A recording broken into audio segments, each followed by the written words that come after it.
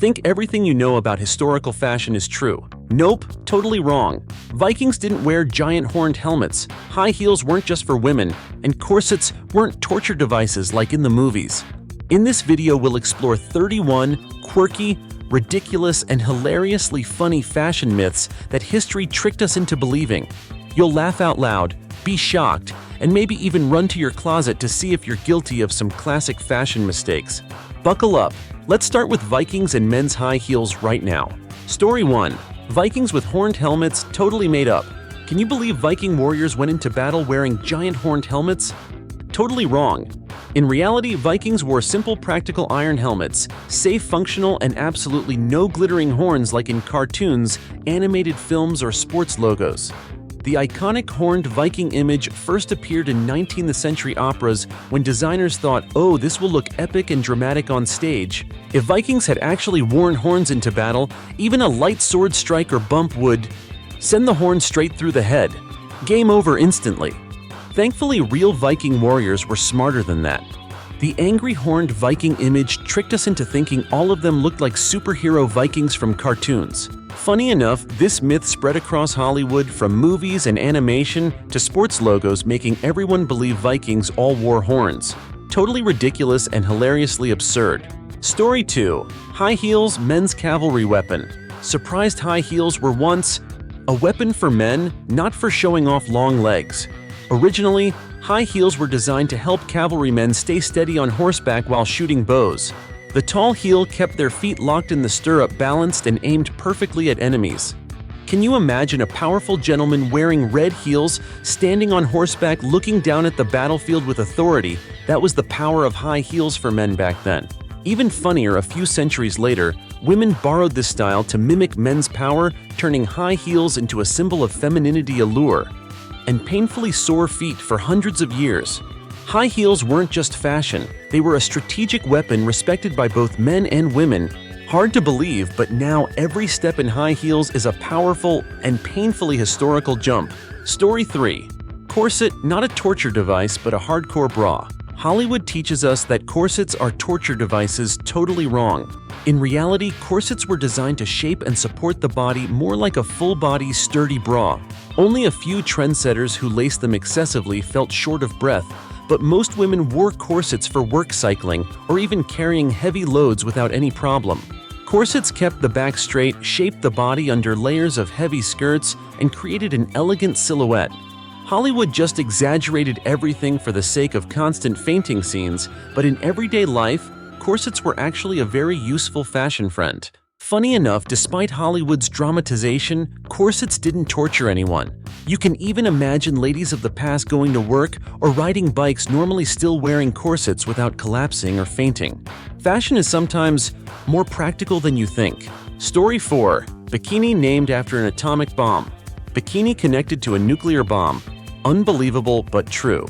In 1946, Louis Reard designed a super tiny swimsuit and named it the Bikini, inspired by the nuclear test at Bikini Atoll. His idea was that the suit would blow up social norms just like an atomic bomb on the beach. Fun fact, when it was first showcased, women had to be casino showgirls. No ordinary lady dared to wear it. The world was shocked, and many countries even banned it immediately, fearing that moral traditions would be destroyed. Funny enough, this was the first time a piece of clothing made the whole world terrified. Who would have thought a bikini could have the explosive impact of an atomic bomb? From then on, the bikini became a bold fashion symbol, both sexy and utterly shocking to the public at the time. Story 5. Liquid stockings, wall tutu. Painting legs to fake stockings. No nylons. Women had to paint their legs to fake stockings. Sounds ridiculous, but it's true. During World War II, the military reserved nylon for parachutes, so women couldn't buy regular stockings. Instead of going bare-legged, they got creative with liquid stockings, a skin-colored paint applied directly to the legs to give the illusion of real stockings. The method helped them maintain a polished, fashionable look while working, going out, or even attending parties. Funny enough, can you imagine people walking down the street looking like dried paint? Even a light rain could turn this fashion statement into a citywide comedy show. This quirky situation also shows the unexpected creativity of wartime women, turning material shortages into a humorous and unique solution, proving that fashion can sometimes be downright crazy. Story 6. Diamond engagement rings. 1930s marketing. Diamond rings as an ancient tradition. Totally wrong. In reality, diamond engagement rings became a must-have thanks to a hugely successful marketing campaign by De Beers in the 1930s. Before that, diamonds only occasionally appeared in noble rings and were never a standard for proposals. Key fact: De Beers teamed up with magazines, movies, and advertisements to convince everyone that a diamond is forever, turning diamonds into a symbol of eternal love that anyone proposing was expected to follow. Funny enough, today you're still paying off a marketing campaign from 80 years ago, thinking buying a diamond ring is an ancient tradition. In reality, it was just clever advertising. History had nothing to do with it. This proves one thing: sometimes we trust tradition purely because of extremely effective marketing, not real history. Story 7. Arsenic green dress, pretty but deadly. A color that could kill. Sounds crazy, but that's the truth behind the Victorian arsenic green dress. In the late 19th century, wealthy women loved this sparkling green shade, but to achieve it, dressmakers used arsenic, a highly toxic chemical. Even worse, the seamstresses inhaled arsenic dust daily, causing serious illness or even death. Key fact: wearing this green dress at parties not only made the wearer stand out, but also unintentionally turned the ballroom into a mini laboratory, where everyone breathed in toxic dust without realizing it. Funny enough, imagine a Victorian lady sparkling like an emerald in the ballroom, while everyone around her was gently breathing arsenic like a live science experiment. Fashionable yet simultaneously thrilling and dangerous. Story 8. Platform shoes, walking on stilts. 2 attendants required. Renaissance women wore 20-inch heels and needed 2 people to help them balance. Sounds like a circus act. Not at all. These enormous shoes, called chopines, were designed to lift skirts above mud-dirty streets and give wealthy ladies an impressive height boost. Key fact: wearing chopines, women could walk through muddy or wet streets without soiling their heavy skirts, but moving around wasn't easy. One wrong step could make them tumble, so each lady usually had 2 attendants on either side to help maintain balance. Funny enough, can you imagine walking down the street like a circus performer? One hand holding the skirt, the other balancing the gigantic shoes, with 2 attendants escorting behind, looking more like a Broadway show than a casual stroll. Fashion could be extremely dangerous yet hilariously entertaining. Story 9. Codpiece, from armor to snack pouch. The codpiece was originally designed to protect the male anatomy during the Renaissance, but over time it transformed into a pocket for candy and personal items. Seriously, the hollow compartments in a codpiece were used to hold coins, handkerchiefs, and even small snacks that gentlemen wanted to carry with them. Key fact: as this fashion trend became exaggerated, the codpiece was no longer just armor. It became a kind of medieval fanny pack, incredibly handy for carrying all sorts of miscellaneous items from money to oranges or candy. Funny enough, can you imagine a dapper gentleman wearing a puffed-up codpiece, casually pulling out a snack in the middle of a banquet without anyone noticing? Fashion back then was both serious and utterly quirky. The codpiece is vivid proof that men have always found ways to be safe and practical, while sometimes being stylish and hilarious at the same time. Story 10. Pirate eye patch. Not for a missing eye, but for night vision. Think pirates wore eye patches because they lost an eye. Wrong. In reality, the eye patch wasn't to cover a wound, it was a genius low-tech technology. Moving between the blinding sunlight on deck and the darkness below in the cargo hold, eyes need a few seconds to adjust. With an eye patch, one eye was always set for darkness. Key fact: when entering the hold, they simply lifted the patch and the eye adjusted instantly, allowing them to see clearly. This survival hack prevented pirates from tripping, bumping into cannonballs or crates in the dark. Funny enough, picture a dapper man in flamboyant clothing, sword in hand, one eye covered, looking like a Halloween costume, but in reality, it was a life-saving strategy. Fashion was both funny and practical, and pirates were masters of low-tech creativity. Story 11. Ancient mullet, tactical hairstyle from Assyria to Greece. Mullet isn't just an 80s trend, it dates back to ancient Assyria. Sounds crazy, but the short front long back hairstyle actually had a tactical purpose. The short hair in front kept warriors' vision clear, while the long hair in back protected the neck from sun and scratches during battle. Key fact: this hairstyle appeared in Assyria, spread to ancient Greece, and was considered a survival strategy by soldiers, not fashion. Some even used mullets to indicate rank or show respect to the gods. Funny enough, can you imagine these cool warriors marching into battle with mullets flowing like they just stepped out of an 80s rock poster, when in reality it was all for combat efficiency? Fashion can be both hilarious and extremely practical. Story 12. Pink and blue marketing flip. Pink was originally masculine and blue was feminine. Sounds backwards, but it's true. Before the 20th century, pink was a shade of red war color, strong, perfect for boys, while blue symbolized the Virgin Mary, delicate and gentle for girls. Key fact: everything changed because of marketing.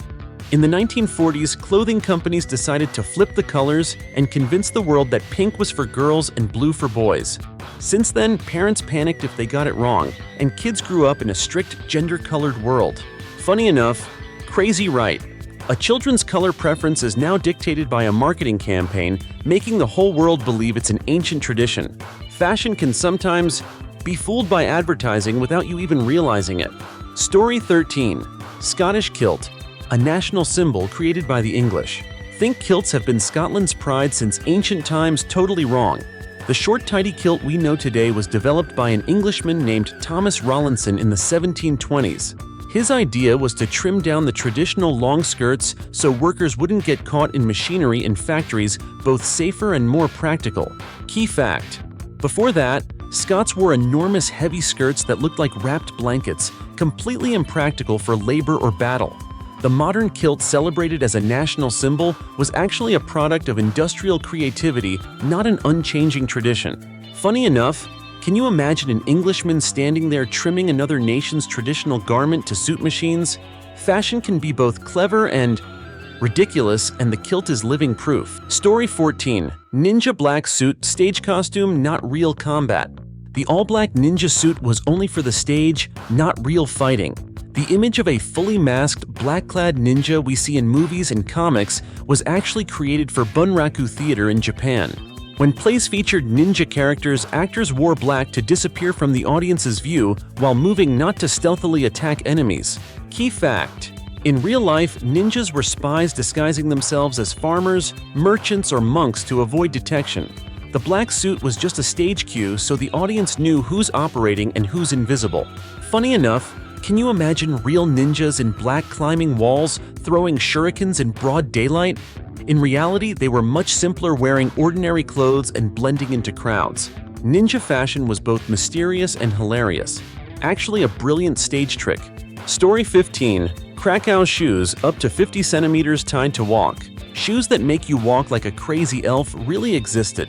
During the medieval and Renaissance periods, noblemen wore a type of shoe called Krakows with pointed toes up to 50 centimeters long, longer than the foot itself. These shoes were symbols of fashion, power, and wealth, but walking in them was extremely difficult.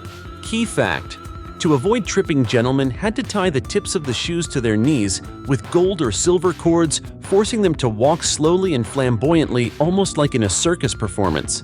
The church even called them devil's claws because the shoes made it impossible for men to kneel properly during prayer. Funny enough, can you imagine a dapper gentleman strolling with long pointed toes tied up, unable to kneel? Fashion was sometimes dangerous, ridiculous, but also incredibly memorable. Story 16. White wedding dress. Queen Victoria set the trend. The white wedding dress was the idea of a rebellious queen, not an ancient tradition as many think.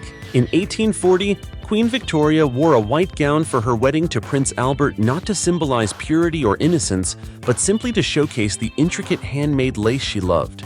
Key fact: before that, brides wore dresses in all colors, red, blue, black, because white was hard to clean and expensive. After Victoria's wedding, nobles and the wealthy copied her style, and from then on, white wedding dresses spread, becoming the tradition every bride followed. Funny enough, can you imagine that for hundreds of years, brides were following a trend set by a stylish queen?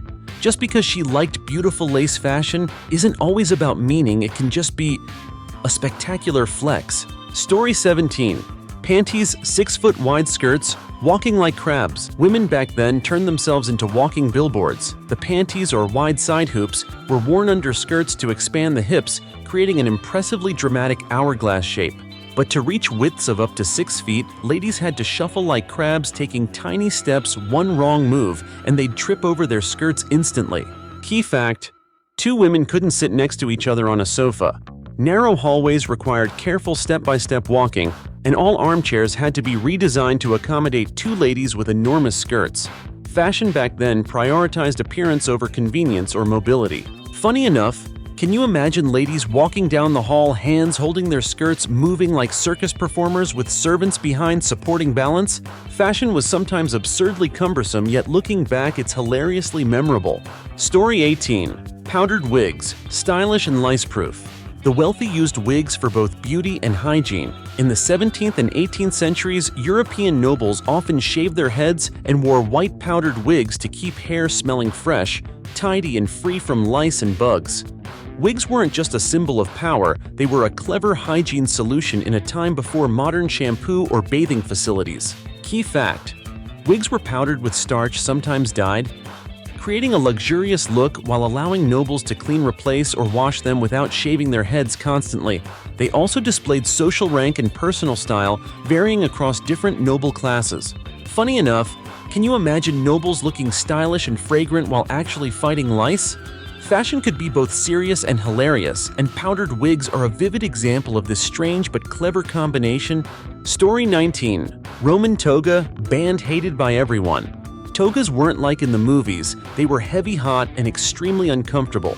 In ancient Rome, from commoners to the wealthy, people had to wear long, wide woolen cloths as nearly 18 feet in length. Not only were they difficult to wear, but they also restricted movement, making normal tasks almost impossible. Key fact: because togas were so inconvenient, many tried to avoid wearing them. Laws even forced people to wear them in the city center to maintain a dignified image. The toga was like the cumbersome tuxedo of ancient Rome, stylish but totally impractical. Funny enough, can you imagine people trying to walk, bend, or climb stairs with such a long piece of fabric wrapped around them? Roman fashion could be both ridiculous and hilarious, turning the act of dressing nicely into a real exercise challenge. Story 20. Purple power color from snails and stink. Why was royal purple so expensive? Because it stank. The purple dye of Roman and medieval nobility wasn't just beautiful, it was incredibly hard to produce. To make the dye, thousands of sea snails had to be harvested, their tiny glands extracted, then fermented in a meticulous process that smelled absolutely awful. Key fact: the entire dyeing process made coastal cities reek, and commoners avoided the workshops at all costs. But for the nobility, wearing purple symbolized power, wealth, and status, proving they could endure the terrible smell just to flaunt authority. Funny enough, can you imagine nobles strolling proudly in purple while everyone around runs away because of the stink? Fashion could be both powerful and insane, and purple is the perfect example. Beautiful, rare, expensive, and absolutely horrid. Story 21. Toddler dresses, kids in skirts, until age 6-7. Kids used to wear dresses because parents didn't want to bother putting pants on them. Strange but true. For centuries in Europe, both boys and girls wore dresses until around age 6-7. The reason was practical. Before zippers and convenient buttons, dressing children in pants was a hassle, especially when they needed to go to the bathroom constantly.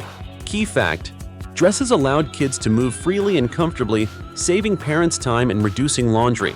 When a boy got his first long pants, a rite called breeching, it marked his transition from childhood to early adolescence. Funny enough, can you imagine a bunch of kids running around in wide skirts while parents saved time and avoided constant laundry? Children's fashion back then was both ridiculous and incredibly practical, making you laugh when you look at today's kids' wardrobes. Story 22. Hobble skirt, walking like a penguin, causing traffic. A skirt that made women take only 3-inch steps. That's the hobble skirt of the 1910s, designed by fashion designer Paul Poiret to create a modern and elegant silhouette. In reality, the skirt was tightly bound around the ankles, forcing women to shuffle like penguins down the street. Key fact: not only did it slow walking, but it also caused traffic jams on sidewalks. Streetcars had to lower steps so ladies could get on and off. A real challenge for mobility. yet it made fashion striking and unique. Funny enough, can you imagine ladies shuffling step by step, holding their skirts with attendants, helping balance while everyone around dodged to avoid getting caught in the skirt? Fashion could be both dangerous and ridiculous, but looking back, it's hilariously memorable. Story 23. Shirt buttons. Men dressed themselves. Women needed maids. Why are men's and women's shirt buttons different? It's all about historical classism. Back then, men dressed themselves while noble women didn't. They relied on maids to do everything. That's why buttons were placed opposite ways to make it easier for maids to unbutton or fasten a lady's clothing quickly and conveniently. Key fact: men's shirts buttoned on the right for right-handed ease, allowing them to dress and move freely. Women's shirts buttoned on the left so maids could help. This is a fun reminder that fashion isn't just aesthetics, it reflects social class and power. Funny enough, can you imagine wearing a blouse today and still following your maid's orders from the 18th century? Every button you fasten is actually inheriting a historical classist design. Fashion can be both practical and hilariously unexpected. Story 24. Elizabethan padding stuffed muscles. Stuffed to look muscular. But if it ripped, collapse immediately. In Elizabethan times, gentlemen wanted to appear strong and powerful, but not everyone had natural muscles. The solution: stuffing their shirts, trousers, and even shoes to create impressive fake muscles. Key fact: padded outfits made men look broad-shouldered, chesty, and with massive calves like a 16th century muscle suit. The downside: if the fabric tore or the stuffing leaked, the gentleman would instantly deflate, losing the entire muscular effect in a flash, a scene both hilarious and pitiful. Funny enough, can you imagine a dashing gentleman entering a banquet taking a small step and his muscles vanish? Fashion can be both ridiculous and creative, and Elizabethan padding is a vivid example. That a style isn't just for looks, it's extremely risky. Story 25. Jeans. Tiny pocket. From pocket watches. Still have that tiny pocket in your jeans? It actually comes from pocket watches. In the 19th century, cowboys and workers needed a safe place to keep their pocket watches from scratches or dropping. Designer Levi Strauss created a small pocket inside the main jeans pocket to protect the watch, and it survived all the way to today.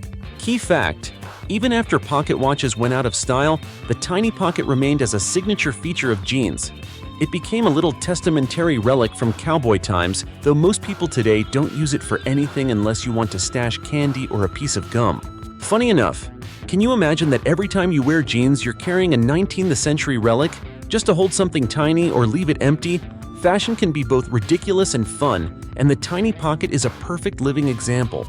Story 26. T-shirt. Once banned outside underwear. T-shirts used to be underwear. Wearing them outside was punishable. Before the 1930s, the plain white t-shirt was designed as a layer to protect outer shirts from sweat and body oils. If you dared to wear it on the street alone, you could be considered improperly dressed and might be scolded or even penalized.